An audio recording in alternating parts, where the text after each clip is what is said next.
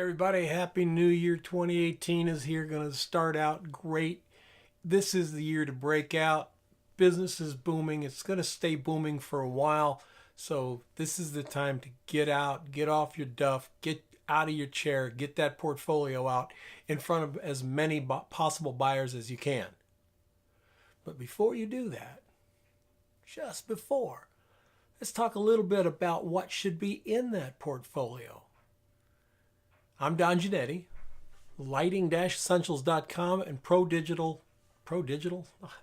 No idea where that came from. Whoa, Project 52 ProSystem.com. I'm going to leave that in because, hey, getting old, it's just sloppy in the brain. Anyway, I have been a photographer for 40 years, but in that 40-year span, for a long time, I owned an ad agency as the creative director for an ad agency. So I sat on the other side of the table from photographers showing me their portfolios.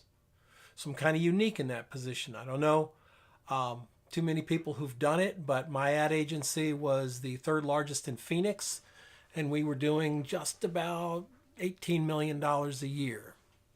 So I found that after owning an ad agency, I wasn't able to shoot as much as I really wanted to, and as often as I'd really want to do those jobs, just wasn't in the cards. Had too many things on my plate, so we'd hire photographers.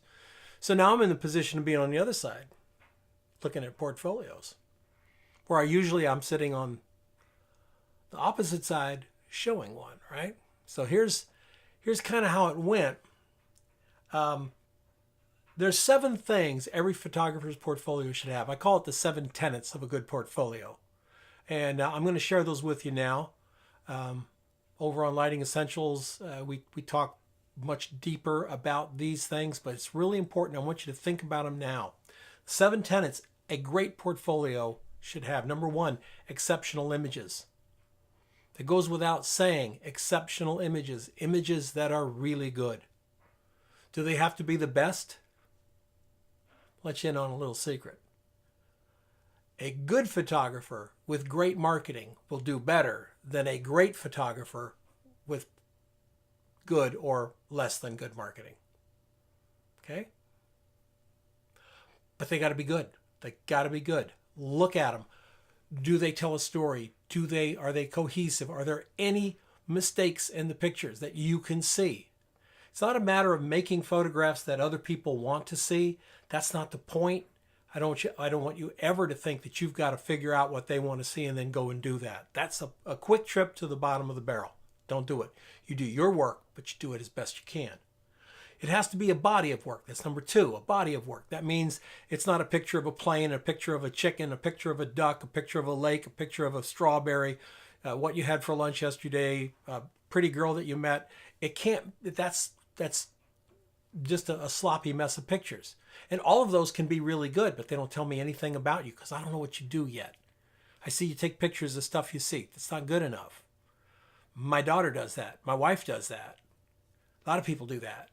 You got to have a little bit more to it. So body of work means those images go together somehow. They fit.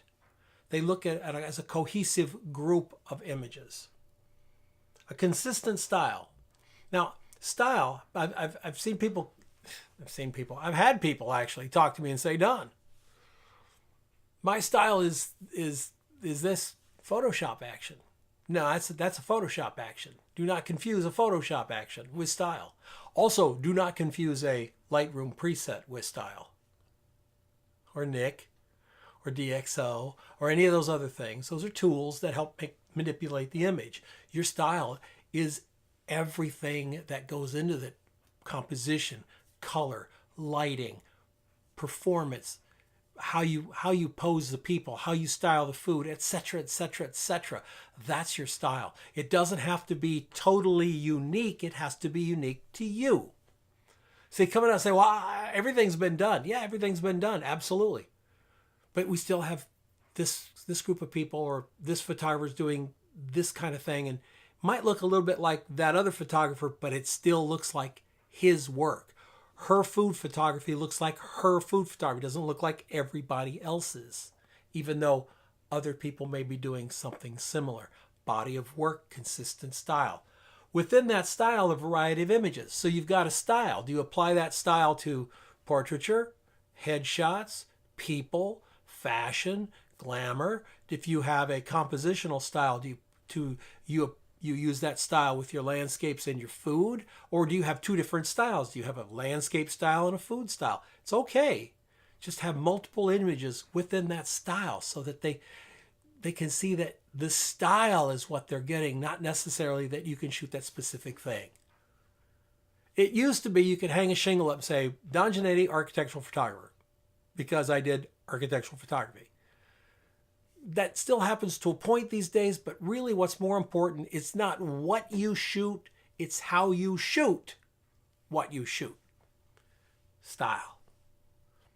Number 5, show the ability to solve a problem. If all your pictures are taken out the window of your car, I got nothing for you.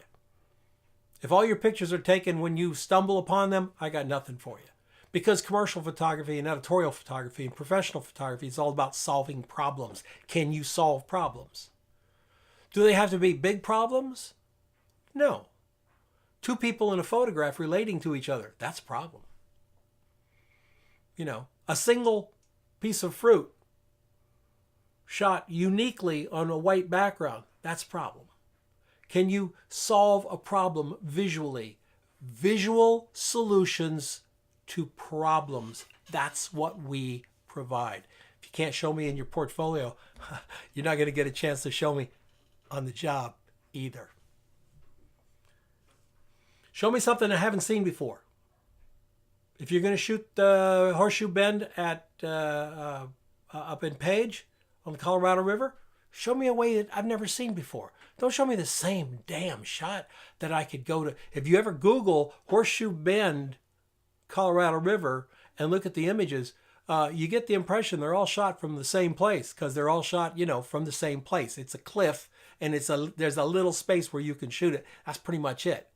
If that's the best you can do, that's the best you can do. But understand, someone's going to show me something a little bit different. I saw a picture of the Horseshoe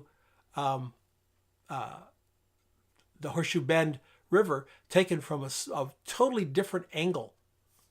And it just jumped out at me because I hadn't seen it that way before. So you show me something I haven't seen before, or you show me something I've seen before 100 times in a way I haven't seen it before, you've got my attention.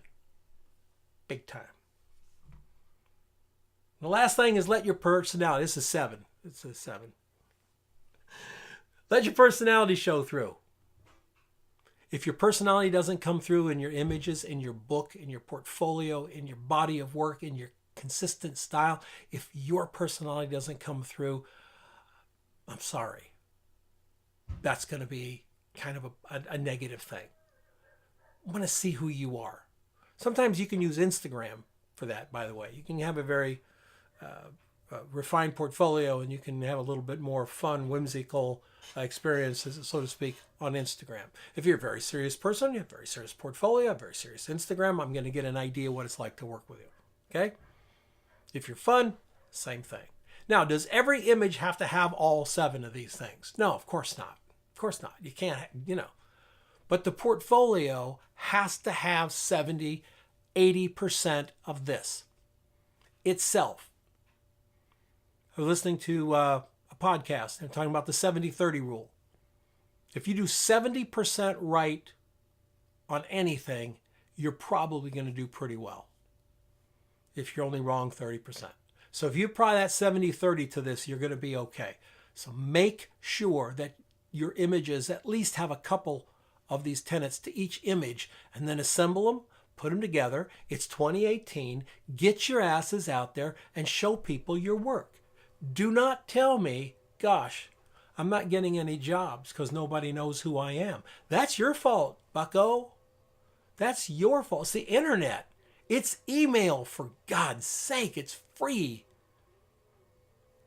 3 contacts a day. That's all I ask. 3 a day.